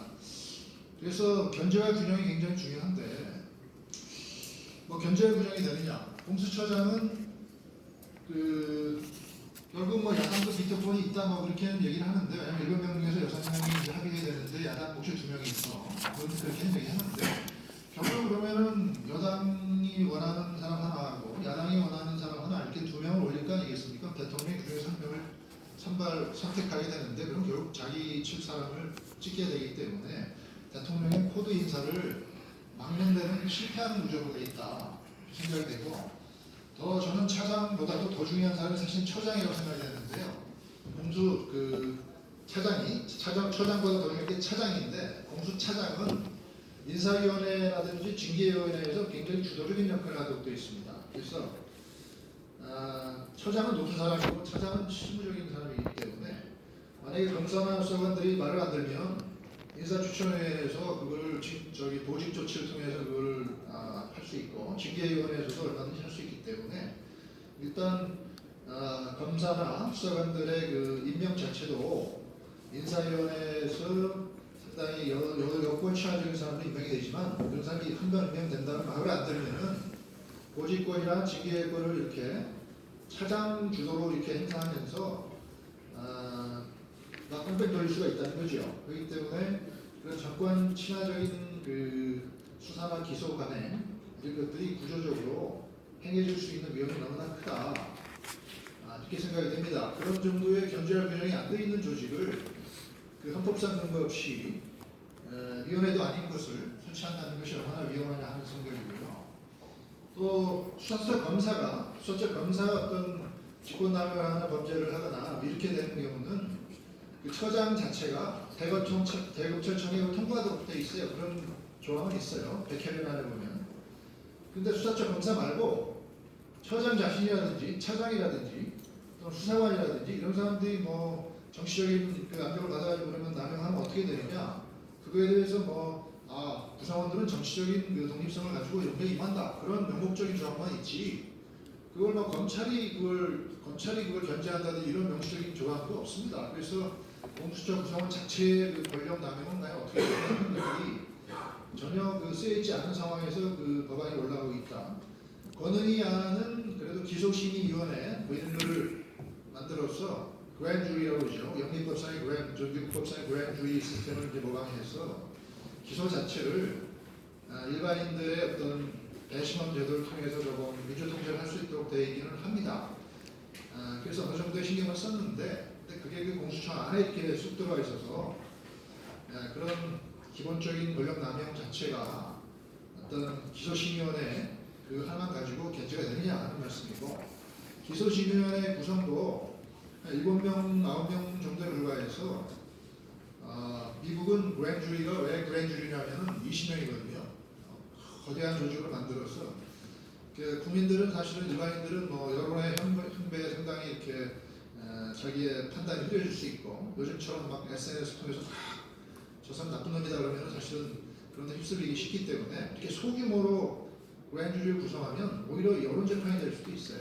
그래서 최소한 미국처럼 그랜 주리를 정말 만들어서 조금 정치적 편향성이 있는 사람은 그 기피 제도라고 그러죠. 어떤 속아낼 수 있도록 그런 제도도 같이 만들면서 이 기소심의위원회를 만들어놔야지 그냥 기소심의위원회 7명 만들어 놓고 처장이 주기도 그 번호 받은 것 중에서 7명 그냥 임명해 버린다. 이러면 여러 절판으로 휩쓸릴 가능성도 오히려 있다고 봅니다. 그래서 그런 데 대한 생각을 안 하면서 뭐 그랜 주리는 어디로 들어가지고 그런 걸 갖다가 이렇게 맞춰놓는 거 그런 거 상당히 위험하다고 생각하고요. 그래서 제가 생각하는 대안은 그 검찰 권력을 견제하고 남용을 방지하고 이런 데 너무 이렇게 민주당은 박혀있기 때문에 아이디어 자체가 오히려 그게 정치적으로 이렇게 예속될 가능성을 오히려 키우기 때문에 우리가 저희가 학교에서 심사하다 보면 사실은 낙제 점수죠.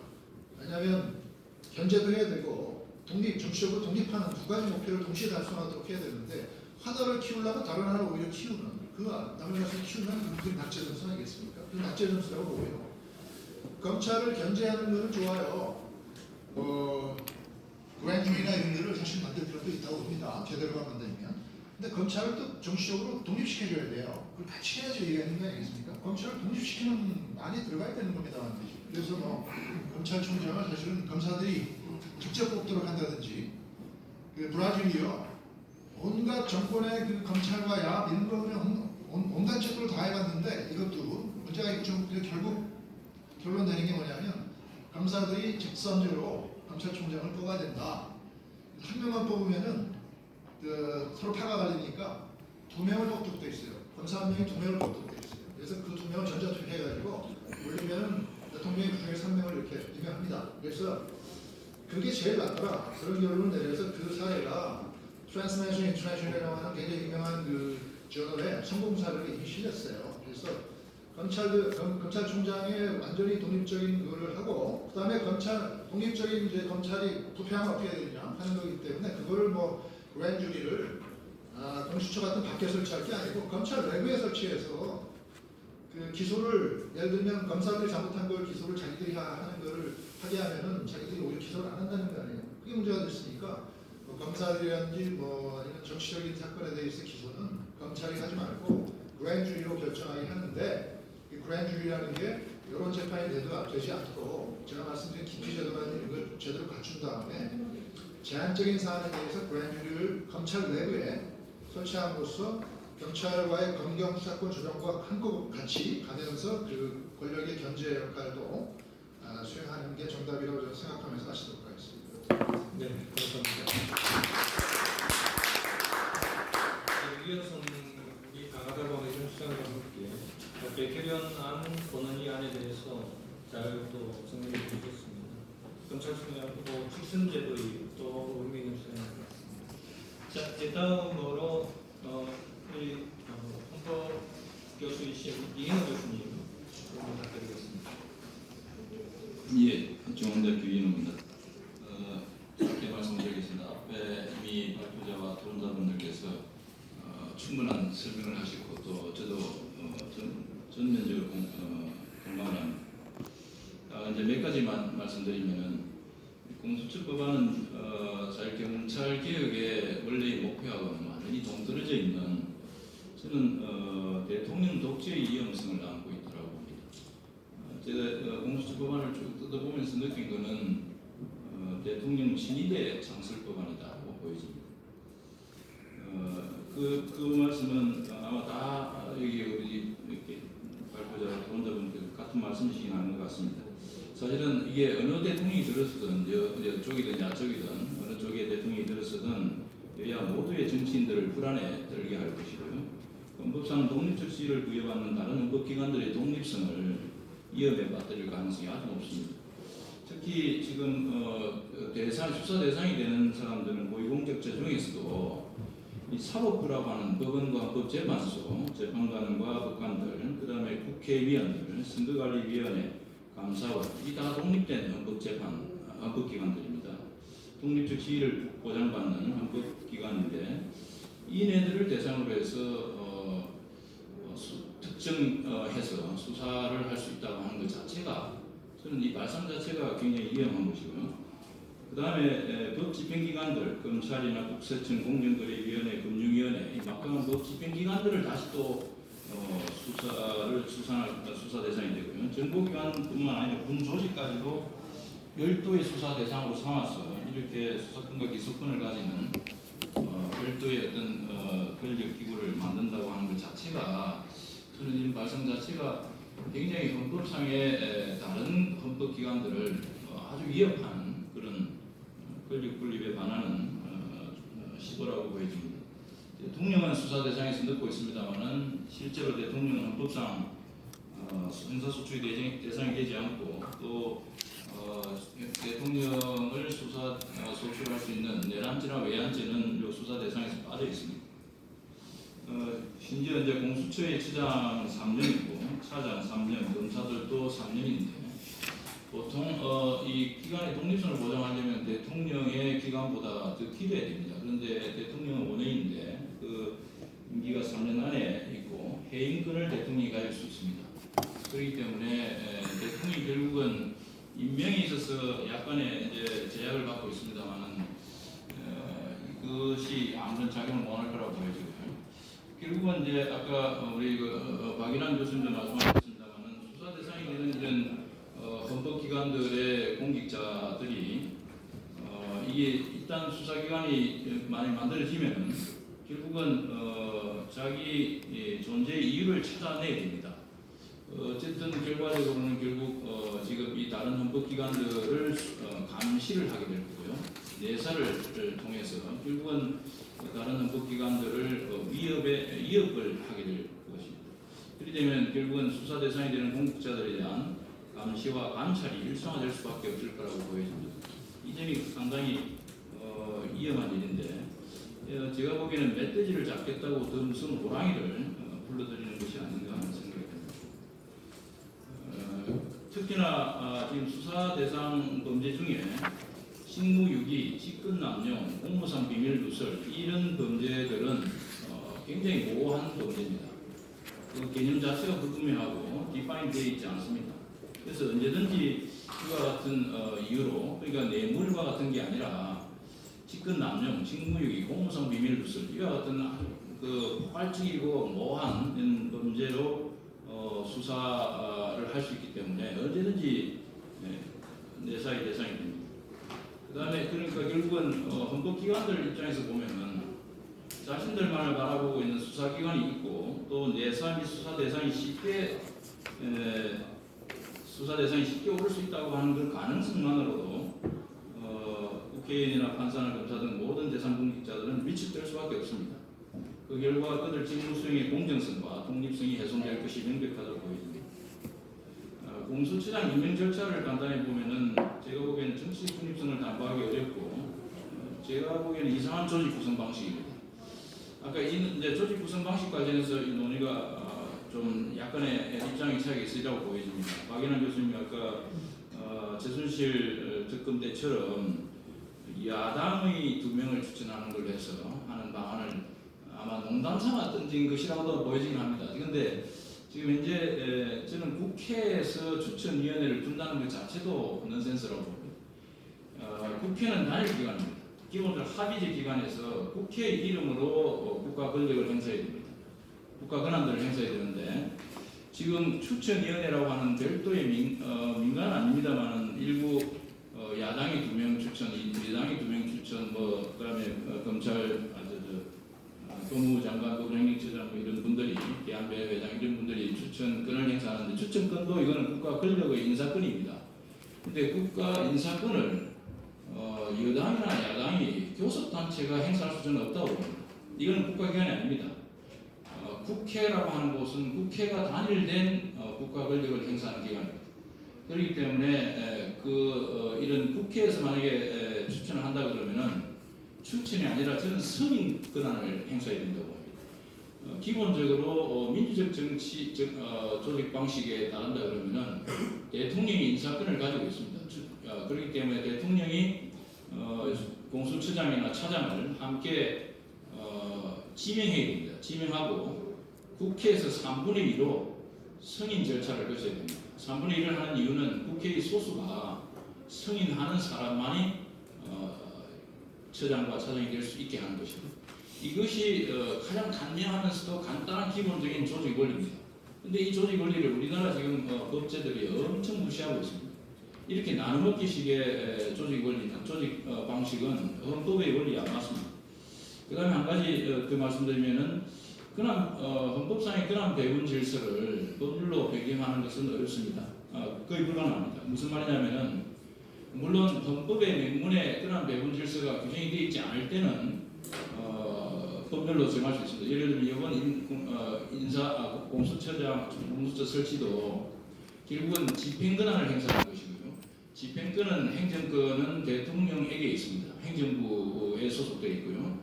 따라서 그 인사 조직을 구성할 수 있습니다. 그리고 그 조직은 정부조직법은 법률로 정할 수 있도록 되어 있습니다. 그런데 지금 헌법에서 이런 법은 정부조직법을 법률로서 정할 때 하나의 조건 하나 있다고 봅니다. 그게 바로 이제 강제 수사권을 가지는 검사 수사 조직에 관해서 우리 헌법은 기본적으로 검사를 강제 수사권의 주체로 예정해 놓고 있습니다. 아시다시피 12조에 압수수색 체포 구속에 관한 것은 검사가 기본적으로 신청을 해서 법관이 발부한 영장을 그 이야기는 이미 우리 헌법 제정자들은 강제 수사권에 대해서는 검사라고 하는 기본 조직을 상정을 했고요. 그 다음에 89조에 검찰총장이라고 하는 개념이 나옵니다. 이 검찰총장은 결국은 그 검사의 총괄지휘자로서 검찰총장을 예정해 놓고 있습니다. 이 이야기는 헌법에서 강제 수사권을 가지는 조직을 만들 때는 정부 조직법 안에 만들 때는 기본적으로 이 검찰총장의 지휘 체계를 벗어날 수 없도록 되어 있습니다. 이것이 헌법에 근거하지 않은 형태로 이루어진 그 조직 체계입니다. 그 점이 저는 헌법의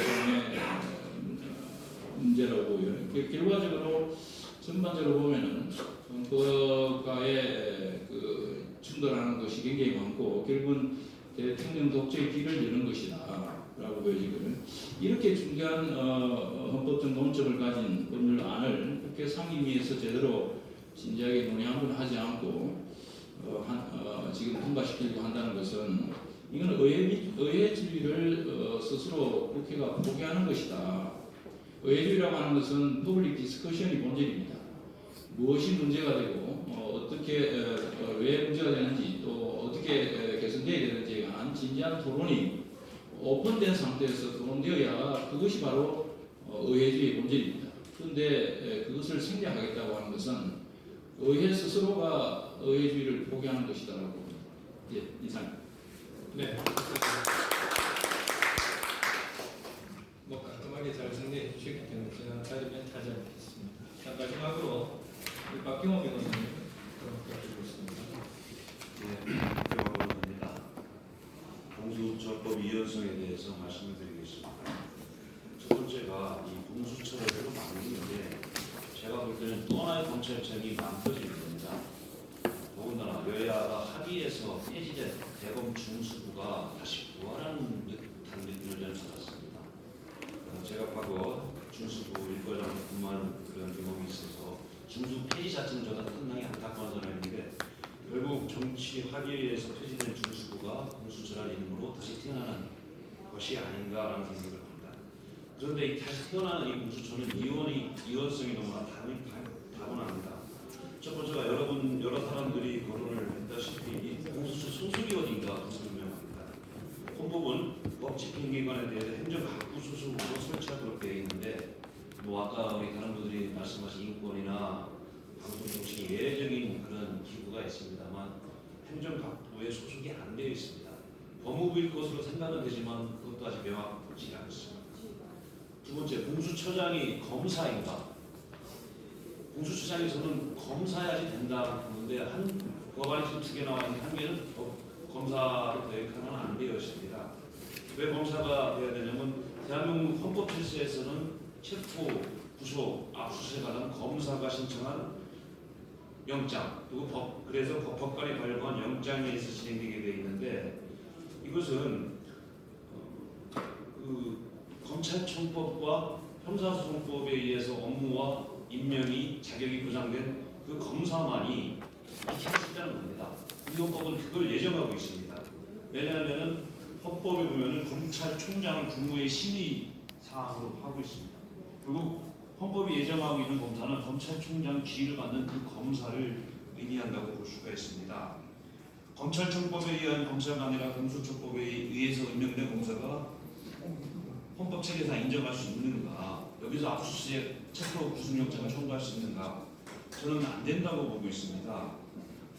특별검사도 이연성 논란이 있었으나 법무부 소속으로 하고 고검장급 직급으로 하고 또 형사소송법상의 검사의 지위를 행사하게 하고 나중에 모두 형집행 지위나 그 기록 일체를 다 대검찰청으로 넘기게 돼 있습니다.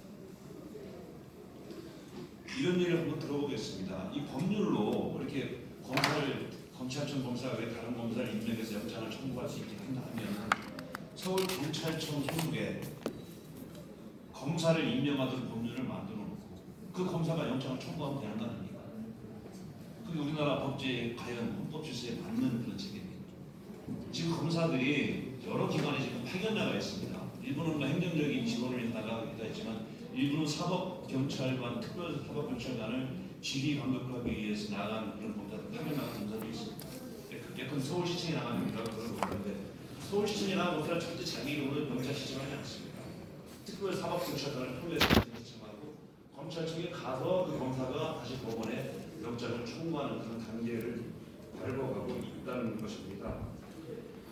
대법원 산하가 특별법원을 법률로 설치하는 것은 이혼입니다. 헌법에 명시되어 있습니다. 그런데 법원 관할과 대응되어 있지 않고 수사와 기소권을 가진 공수처를 법률로 과연 설치할 수 있는 것인지 저는 의문입니다. 공수처 관할을 서울지방법원이라고 이렇게 했습니다. 그러면 서울지방법원 관할이 아닌 피의자, 피고인은 어떻게 처리할 것인지, 공수처법으로 법원 관할을 창설할 수 있는 것인지, 이것은 법원조직법과의 충돌을 일으킵니다. 두 번째, 고위공직자들만 수사 대상자로 하는 것이 합리적인 차별인지, 이건 헌법에 규정된 평등권의 문제입니다. 검찰청법 검사가 아닌 검찰청법에 의해 설정된 검사가 아닌 다른 특별법상의 검사가, 즉 공수처법상의 검사가 상시적으로 특정 공직자들에 대해서 수사하는 것이 과연 형평에 맞는 것인가? 합리적 차별은 있다면 그 사유는 무엇인가? 검사가 편파소해서 그런가? 가중이 수사해서 그런 것인가? 지금 검찰청은 오히려 과도할 정도로 고위공직자들에 대해 철저하게 수사를 하고 있습니다. 우리 다 알고 있지 않습니까? 전직 대통령 2분이 지금 구속되고 전직 대법원장 1명이 지금 구속되고 고소가 나왔습니다. 구속기도 돼 있고 또 전직 법무부 장관에 대해서 수사를 하고 있습니다.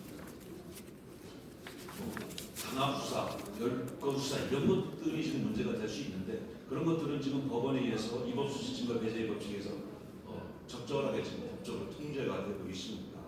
이런 점에서 볼 때 과연 우리 헌법상 평등, 합리적 차별을 인정할 수 있는 그런 고위직 공무원들에 대해서만 수사하는 그런 기관이 합헌적인가 이런 데서 의문을 제기할 수밖에 없습니다. 다만 검사가 검사를 수사하는 것은 신뢰할 수 없다. 이 점에 대해서는 상설특검이나 경찰이 하면 됩니다. 우리 형사소송법 196조의 2항은 사법경찰관은 검사 지휘 안 받고 독자적으로 개시 수사를 진행할 수 있습니다.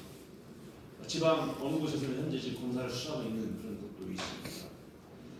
그런데 공수처는 문제가 현역 군인들도 수사를 하게 되어 있습니다. 그럼 비상계엄 하에서도 현역을 수사할 수 있는지, 그럼 현역을 수사했을 때 기소는 서울중앙법원에 하는지 아니면 구사법원에 하는지 이런 이론적인 문제가 너무 많이 있습니다. 일반적인 이혼 심사 기준에 대해서 이혼성인지 한번 말씀드리겠습니다. 첫 번째 평등권 침해입니다. 아까 말씀드렸다시피 고위공직자에 한해서 우선적인 수사권 행사가 합리적 차별인가? 예컨대 전 법무부 장관을 검찰이 수사하고 있는데 공수처에서 가져와라고 하면 가져갑니다. 공수처에 가면 수사가 잘 될까요? 저는 이런 의문을 가지고 있습니다. 두 번째 공충성. 공수처가 아니면 고위공직자를 수사할 수 없는가요? 지금 열심히 더 잘하고 있습니다. 그 다음에 수단의 적합성, 최소 침해의 원칙, 법의 균형성 이런 여러 가지 문제점들이 있습니다. 예컨대 고위공직자 비속 직계 자녀가 공소처에 수사를 받게 돼 있는데 그 사람이 나 거기 가기 싫다, 검찰이나 경찰에서 수사를 받겠다 라고 하면서 수사 두lum을 하고 위헌을 주장하니까 그걸 어떻게 처리할 것인가? 뭐 저항권이라고 볼 수도 있겠죠.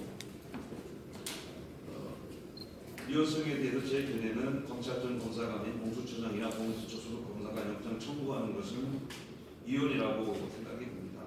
아까 우리 헌법의 아버지가 영장주의에 대해서 법관이 발부한 영장만 만들었다고 했는데 제가 알기로는 이 검사의 영장 신청권이 헌법에 들어간 게 4.19다.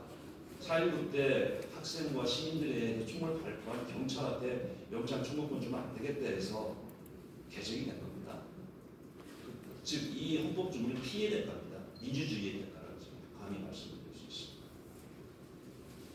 두 번째, 신속처리 법안에 포함된 다른 법률을 좀 제가 말씀드리겠습니다. 형소법하고 지금 검찰청법이 신속처리 법안으로 같이 들어가 있는데 제가 가만히 검찰청을 보니까 이게 검찰 직접 수사권 박탈 법안으로 좀 그려질 수밖에 없습니다. 일단 공수처에 대해서 고위공직자들에 대해서 우선 수사권이 있습니다. 공수처법에. 그리고 부패범죄 등 중대범죄에 대해서는 검찰이 수사하게 돼 있는데 그마저도 그 수사 개시의 범위는 대통령령으로 정하도록 되어 있습니다. 그리고 대통령이 얼마든지 수사 범위를 줄였다 늘렸다 할 수 있는, 즉 수사에 대한 정치 권력의 개입이 제도화되어 있다는 게 이것이 문제가 큽니다. 예컨대 정모 교수님의 사문서 위조죄 이런 것들은 검사가 수사할 수 없습니다. 검사는 그야말로 특정 분야만 수사만 할 수 있는 특별 사법경찰, 특별 사경이라는 그 기능들이 못하는 그런 지위에 있게 되더라고요. 제가 보니까 제 사견으로는 뭐 검찰 수사가 너무 강력하니까 좀 검찰 수사 기능을 약화시키겠다, 또 경찰 수사권을 독립시키겠다 이런 정책적인 판단이 쓴다면 두세 개의 조문만 수정하면 됩니다. 그 형소소법 196조 1항 사경에 대한 검사의 지휘권을 삭제하고 검사와 사경은 서로 상호협력 관계로 수사한다 이렇게 수정을 하면 됩니다. 또 하나 형사소법 312조 제1항 검사 자청의 조소의 증거 능력을 타법경찰관과 같이 한다면 검사가 아무리 조소를 잘 짰음에도 법원에 가서 그 내용 부인해버리면 그 증거가 안 되거든요. 그럼 어떤 현상이 일어나느냐? 검사들이 수사 안 합니다. 지금 일본이 이렇게 돼 있어요. 일본이 1차 수사는 다 경찰이 하고 2차 수사는 도와줄 수사는 검사들이 하고 있는데 일본의 직업법이 이렇게 돼 있어서 이렇게 돼 있고 다른 유럽 선진국에도 경찰이 수사를 먼저 하고 검사들이 안 하는 이유가 바로 이런 증거법적인 문제가 있어서 이렇게 하고 있다고 저는 알고 있습니다. 또 하나 검사의 지도특정주의를 폐해가 있다고 하는데 그것은 재선 신청의 그 부심판 공수유지를 하는 것도 지금 검사가 돼 있는데 이건 정말 저도 안 맞습니다. 이거 옛날같이 그 부천도 성범죄 사건 때문에 조용환 변호사님이 그때 공수유지 검사가 되셨거든요. 일종의 특별검사처럼 변호사가 법원이 지정하는 변호사가 공수유지를 하는 것이 맞다고 보여집니다. 결론을 말씀드리겠습니다.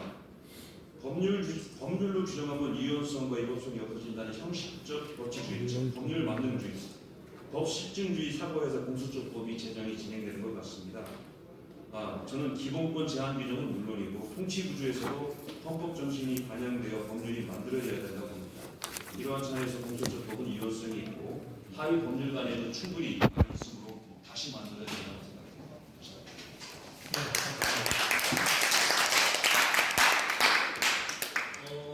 잘 정리해 주셨는데 제가 하나 확인을 좀 하고 싶은 게요. 아까 그 현행 검사가 다른 기관에 판정된 검사가 직접 영장 신청을 하지 않고 있는 현실과 합체 경찰청법에 의한 검사가 공수처에 파견됐을 때도 역시 그 검사는 아까 그 사례와 마찬가지로 영장 신청하지 않는 것이 옳다 이런 취지의 말씀이시죠. 지금 각급 법원 조직법에 각급 법원에 대해서 검찰청이 설치되어 있기 때문에 그 법원에 대항한 검찰청 검사가 법원의 영장을 청구하는 것이 헌법 정신에 부합하다. 네, 알겠습니다.